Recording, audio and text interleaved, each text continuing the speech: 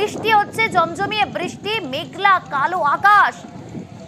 আমরা এই মুহূর্তে সাগরের ছবিটা দেখালাম, ঝড়খালির ছবিটা দেখাচ্ছি। দেখতে পাচ্ছেন ঝড়খালি, এবং ঝড়খালি সেখানের এখন কি পরিস্থিতি জানাবে। আমাদের সঙ্গে রয়েছে সরাসরি আমাদের প্রতিনিধি অনুপ।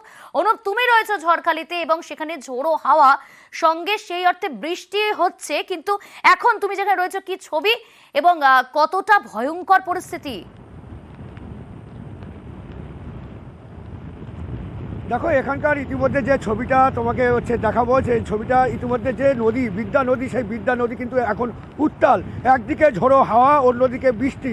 সকাল থেকেই কিন্তু এই ঝড়খালি এলাকায় কিন্তু একের পর এক বৃষ্টি এবং সঙ্গে ঝোড়ো হাওয়া, এবং সেই ঝোড়ো হাওয়ার ফলে কিন্তু নদী এখন কিন্তু উত্তাল হয়ে রয়েছে, এবং সেই নদীর জল ইতিমধ্যে গ্রামের দিকেও যাচ্ছে। সেটাও তোমাকে দেখাবো। এই নদীর জল গ্রামের মধ্যে কিন্তু আস্তে আস্তে প্রবেশ করছে। তবে বেলা যত বাড়ছে, নদীর যে ঢেউ ততটাই কিন্তু বেড়ে চলেছে, এবং একদিকে নদী ফুলে ফেপে ওঠার কারণে এই যে জল, সেই নদীর জল কিন্তু গ্রামে ঢুকবে এমনই আশঙ্কা করছে এলাকার মানুষজনরা।